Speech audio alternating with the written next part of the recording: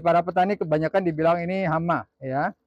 Ini hama karena makan hasil padi mereka. Tapi ternyata bagi peternak petelur terutama, ini insya Allah bisa jadi berkah. Mengandung omega tinggi, vitamin A tinggi, ratusan persen daripada sayuran-sayuran biasa konvensional. Ini walaupun cuman. Assalamualaikum warahmatullahi wabarakatuh. Apa kabar Sobat Tani di Kota? Semoga sehat dan bahagia selalu ya. Amin. Hari ini Bang Tani lagi longgar nih. Kemarin ayam habis-habisan, jadi sekarang kita enaknya bikin konten tentang touring ya. Touring di kandang Tani di Kota. Ini tadi ayam Badekon barusan mandi pagi-pagi. Jadi sekarang Bang Tani biarkan berjemur. Ini kayaknya yang kecil yang di bawah nggak dapat panas nih. Bang Tani pindahkan dulu keranjangnya. Atau dibuka saja ya. Biar mereka bisa lari-lari dan berjemur bebas. Oke, jangan kemana-mana, ikuti terus video kali ini.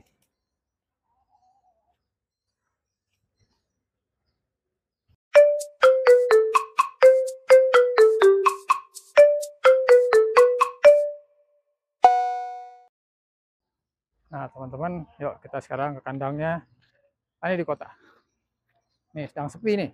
Kemarin habis-habisan ayamnya, jadi semuanya sudah terkirim pemesannya, jadi sekarang sedang longgar kandangnya. Jadi buat teman-teman yang sedang pesen antri, mohon maaf ya, bersabar ya. Ini ayamnya belum siap semua, yang ini masih indukan, yang ini nanti calon regenerasi indukan ya. Jadi besok rencananya ini insya Allah akan jadi ayam indukan yang berikutnya.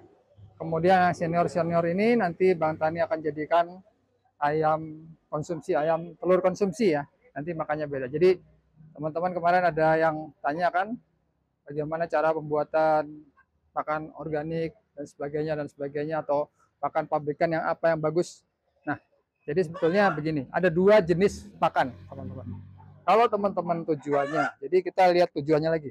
Kalau teman-teman tujuannya adalah menjadikan ayam ini sebagai indukan, ya, sebaiknya pakannya adalah pakan pabrikan nih, seperti ini nih pakan pabrikan. Ya, ini karena pakan ini nutrisinya sudah standar, terjamin dan terus sama setiap hari ini, sehingga nanti penetasannya insya Allah akan stabil.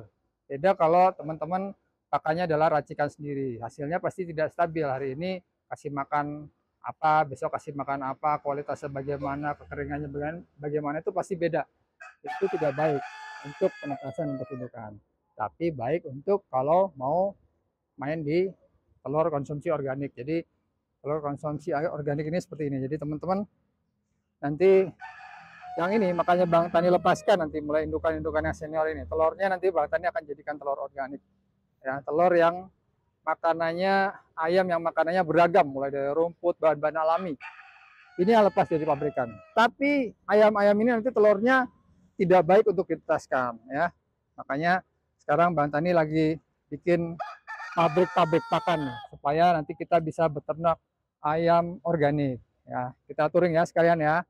Bang Tani apa saja sih yang Bang Tani tanam untuk produksi telur organik. Yang pertama ini Azolla. Ya, sudah tahu ya, nanti suatu saat kita bahas lebih mendalam ya.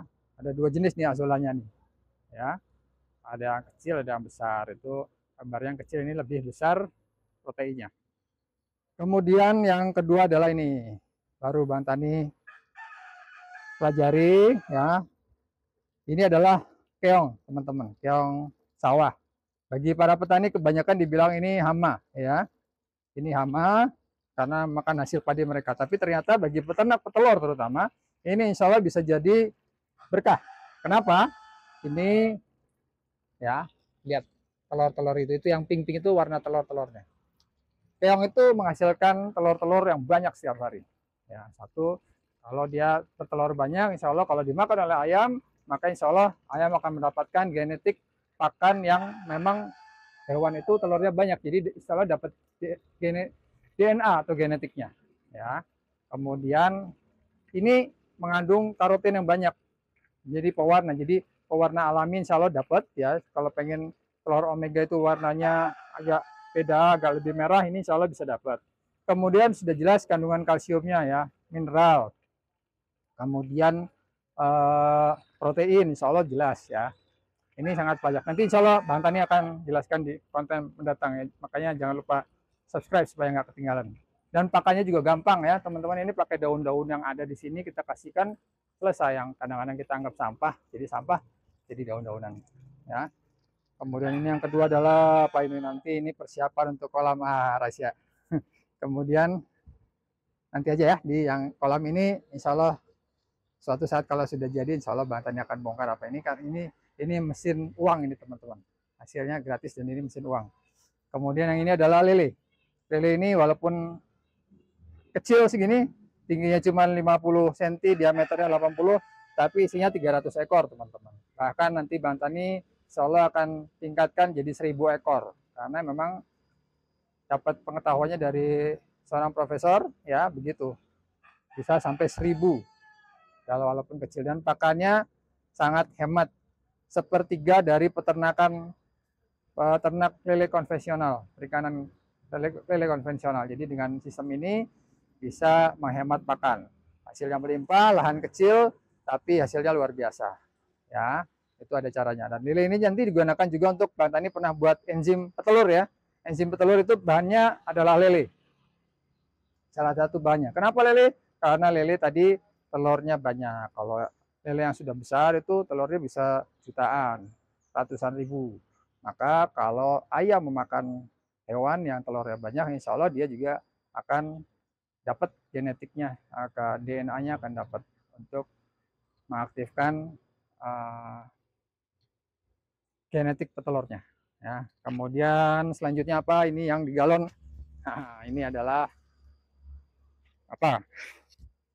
Ini adalah makanan mahal teman-teman. Ini astronot kabarnya kalau keluar angkasa pergi nggak mungkin bawa beras, nggak mungkin bawa sayur-sayuran berkilo-kilo, cukup makan ini beberapa gram, insya Allah sudah tercukupi semua kebutuhan nutrisinya. Ini harganya 1 kilonya bisa jutaan ya, ratusan ribu seenggaknya. Dan ini ternyata kabarnya, dan ini bisa ditanam sendiri di rumah. Ini Bang Tani sedang eksperimen dan ini sudah berhasil ya. Dari kecil, dari botol kecil jadi sudah 2 galon ini. Nanti akan diperbanyak lagi.